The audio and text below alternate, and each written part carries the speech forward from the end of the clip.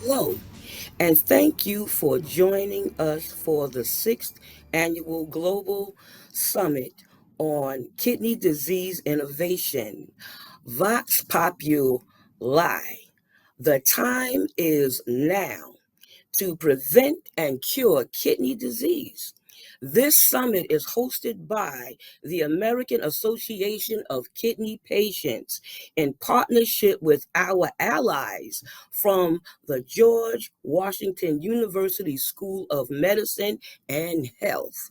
My name is Lisa Baxter, and I am a national ambassador from the state of New York in the United States. I am also a kidney transplant recipient. I have polycystic kidney disease. I've been a social worker for 25 years and a health campaign manager for almost 5 years. Okay, and I am a warrior and a survivor. Yes. And being part of the AAKP since forever and such a long time, I have been allowed to work with other people. I have been educated by them, and I have been able to reach so many people that I haven't been able to reach before. So I appreciate that AAKP being my family. I could call them family now. Okay.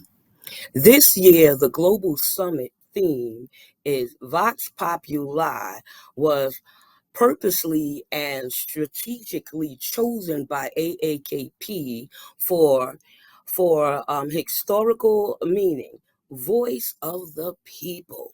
I am one of the people who has chosen to raise voices in support of greater care, choices, and innovation in the kidney care. And I am one of the voices demanding to change in the status quo the status quo kidney medicine. Over 850 million individuals across the world have kidney disease. This number is increased as an estimate of 5 to 7% annually. Every year, we lose thousands of innocent lives to preventable kidney issues and the lack of time, access to treatment. AAKP AAKP believes kidney disease is both a workforce and a health issue. The disease takes a devastating toll on human lives and livelihood. Mm. Most people understand that kidney disease left undetected and untreated can lead to premature death. Mm. But many are not aware that its impact a person's dignity and ability to provide for themselves and their families. Kidney disease and outdated treatment can lead to unemployment, disabilities, dependency.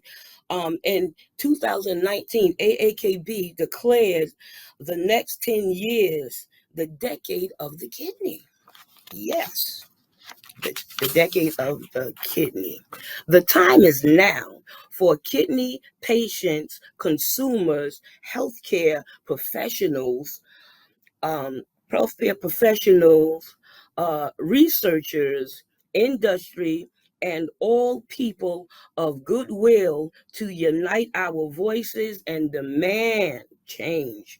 We are optimistic. We can and will save more lives. But to do this, we must demand new screening, guidelines, and diagnostic, new biologics, and new devices. Together, we can solve this growing global public health crisis.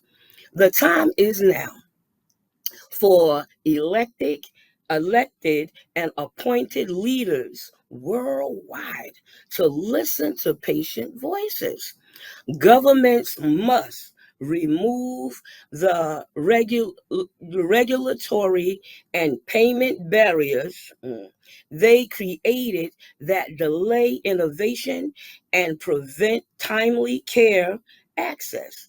If government fails to act, we must raise our voices and demand an end to negative government determinants of health. Make no mistake. Every nation is impacted by kidney disease, and millions of people are at risk. The optimistic news is that every person watching this program today can can help those impacted by kidney disease make an impact within their own nation. Through AAKP Global, AAKP is educating patients, care partners, health professionals, and, and policy leaders across the world on unmet patient needs. Our annual global summit, One Kidney Disease Innovation, has helped put a human face on what is now the 10th leading cause of death based on from the World Health Organization. We have connected people across the global in a common purpose larger than any one person or nation. Together, we have increased hope and optimism. Mm. So, thank you for joining us. Your voices is the voice of the people. It's the voice of the people, and you can count on AAKP to keep amplifying it throughout the world to create change. With that, I am honored to serve as the moderator of our session entitled Advancement in Dialysis Care, Access, Innovation, and Safety. It is with great pleasure that I introduce our next speaker, AAKP Ambassador Terry Litchfield. Ms. Litchfield is a dedicated patient advocate, having have been a care partner to her husband Bill throughout the 46 years he managed his kidney disease prior to his passing. Bill was a founder member of AAKP and one of the four patients who testified before the House Ways and Means Committee, with one of them dialyzing in front of members of Congress to help pass legislations that started the Medicare ESRD program currently. Ms. Litchfield is the president of, of Access Solutions, a consultative service focused on patient advocacy relating to vascular access services. Thank you, Ms. Litchfield, for joining us, giving your extensive background as both a kidney patient, care partner, and professional. I'd like to ask you a few questions that will help round out our session. First, the theme of this year Global Summit is Vox Populi. In recognition of the fact patients have raised their voices, are demanding change in status quo kidney care, including dialysis, thinking over the past decade and looking to the future. Do you think industry has a greater need for patients' insight? And do you feel patients now have a greater impact on how, on a greater impact on new innovations in dialysis care compared to a decade ago? Absolutely, yes. And this is one of the things that people talk about. The wonder drug of this decade is patient engagement. And so, as we do more things and ask more patients, it's a wonderful thing because everything had centered around the patient. And now, I love the battle cry, no research about us without us. The FDA, for example, has written guidelines for industry with new devices and drugs, and they are specific about engaging patients in any new projects. And so, the first time ever, I'm seeing a new generation of studies coming out for new products, new drugs in the kidney space that are having patient reported outcomes as an endpoint for a clinical trial. As an expert in new product development and access, can you give our audience an idea of some of the new innovations that are in the pipeline or market that improves patient safety and make dialysis less burdensome to patients? I'm going to start with some of the things we actually saw emerge about 5 years ago. And remember, we had a pandemic to get through. And so there was development and commercialization of percutaneous fistula creation devices. This meant you got your access without open surgery. And it was a godsend during the pandemic. Many of you remember that during the pandemic, operating rooms closed to protect those ventilators for COVID patients that needed them.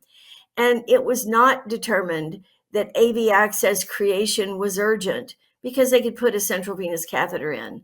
And so those percutaneous devices, which could be done outside of the hospitals, brought great comfort and really good access to patients. And that's just one of the ones that has recently come online. Another is RedSense. And maybe you didn't even hear about something called RedSense, but I'm sure you've all heard about patients whose needle came out during a treatment. Maybe they were covered up, maybe they were at home in a center, and they lost their life because they had a needle dislodgement and they bled out. And so that's RedSense is a pad that it's an alarm that tells you that you're losing blood. So it's a real safety innovation. And then recently we have something called Cath Defend. It's a locking solution for central venous catheters that reduce infection. But I looked just the other day on the clinical trials website, and there are no less than 30 new devices or drugs for dialysis patients in the testing phase. So, absolutely, things are being designed and developed. And as more patients go home, there's much more interest in things that are safer or promote safety things. Like, for example, in the US right now for cannulation, there's only sharp metal needles. And we know anybody that's ever had a cannulation injury, they can really hurt your access, not to mention hurting you. Plastic dialysis catheter needles have been in use in Europe and Asia for years. And so now they're being tested in the US. And then the latest and greatest of new kidney machines. And they're getting smaller and they're getting easier to use and they're getting easier to tote around your home.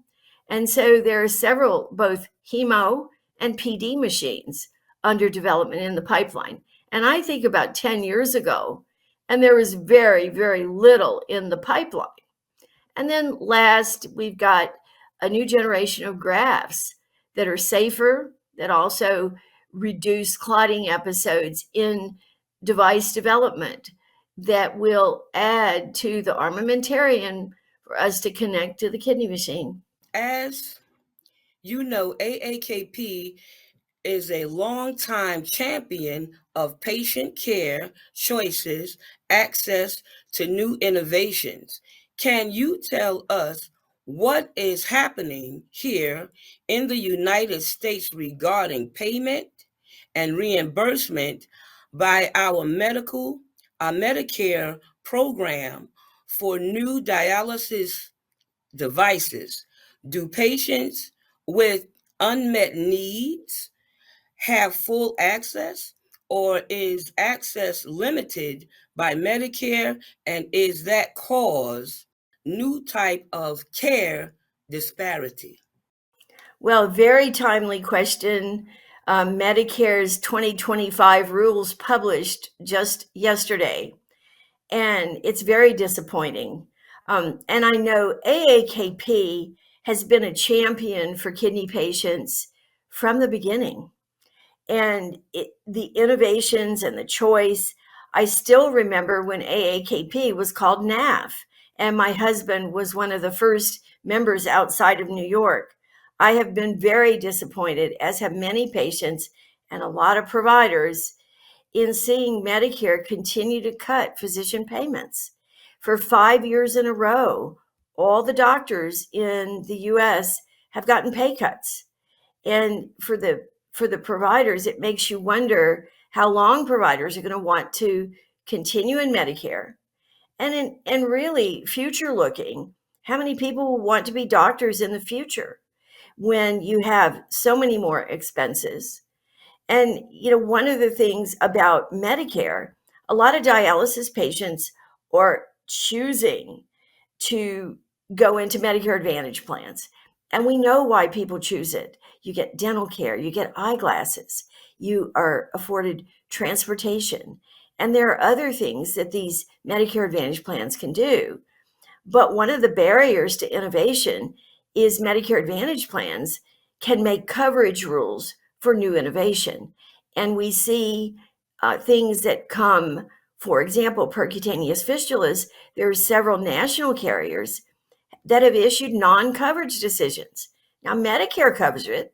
Medicare gave it a CPT Category 1 code, but they are citing it still experimental. And so their patients can't receive percutaneous fistulas because the Medicare Advantage plan chose to not cover that as a benefit. And so, dialysis at the dialysis center level is bundled. And so there's not much and sometimes no additional reimbursement. So it's a disincentive for industry to create something that there's not a really good payment or reimbursement path. So almost 5 years ago, Medicare created a program called T-Pennies. It was a transitional reimbursement for new devices used in the dialysis center. And it was to be for a 3-year period to really foster innovation. But unfortunately, that program has fallen far short of what everyone hoped it would be. Only one product, the Tableau kidney machine, has been approved through that program. Every other application for the T-Pennies program to bring innovation to the dialysis center has failed. And it has gotten so bad that this year there were not even any applications for T-Pennies. And I'm going to quote an industry source who has developed and been faithful to providing wonderful things for kidney patients, is for that T-Pennies Medicare Innovation Stimulator Program.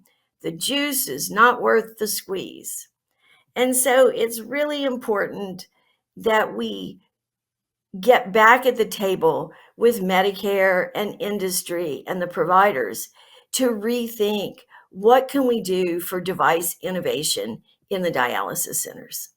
You have been a longtime friend and ally to AAKP and understand the power patients can have here in America and across the globe when they raise their voices and demand safer and higher quality dialysis care. What advice do you have for patients and policymakers watching us today. How can patients be even more impactful? And how should policymakers respond for patients' demand change? So I'm going to start with a little history. No other disease in the US has the advocacy history of kidney disease. In the early days of dialysis, the late 60s and early 70s, the only way you got dialysis was either through a hospital-based program or the US Public Health Service funded 13 demonstration programs to determine if dialysis was able to be done on a large scale. If you were not in one of those early programs, you died. And there was a stiff competition for dialysis slots. And they had what were called selection committees that made the determination who lived and who died. In 1971, there were less than 10,000 patients in the US on dialysis. And there was only one insurance company, United Auto Workers Blue Cross in Michigan, that covered dialysis. And so very few patients were able to receive it. And it was the efforts of AAKP who actually went to Congress. And Wilbur Mills and the Senate Ways and Means, that was the big Senate committee, was very well known for having open hearings. And Shep Glazer, who was a former president of AAKP, and three of his compadres went to Congress, and Shep dialyzed in the Senate office building. And it has been said by many of the healthcare historians that that was the defining moment for coverage of dialysis. And that was the same time Medicare was being discussed to provide national health insurance for the elderly. And so in an amendment, H.R. 1, dialysis coverage, regardless of your age, got added to the Medicare legislation so that no patient be left alone to die when medical science could save them. And so through the years, kidney disease remains the disease covered by Medicare, regardless of the age. And it was advocacy that did it. My advice for patients is to keep your voice heard. Keep your voice active. Vote. Participate in Hill Days. Many of them are virtual now. Get to know your local legislators. Remember, when you raise your voice, other patients will hear you and they will find their voice together. You will make a difference. And one of the things that together, advocating on the things that we need and kidney patients need, it will be one very, very long and strong voice for kidney patients all over. And we will make a difference so that tomorrow is a better future for patients and their families. And policymakers, thank you so much for being beside us and behind us all those years and all the years in the future. Join us in our wishes for the patients to have a better, more productive life on dialysis and access to transplantation. What a wonderful response, Terry. Thank you again for participating in the Global Summit for some Q&A.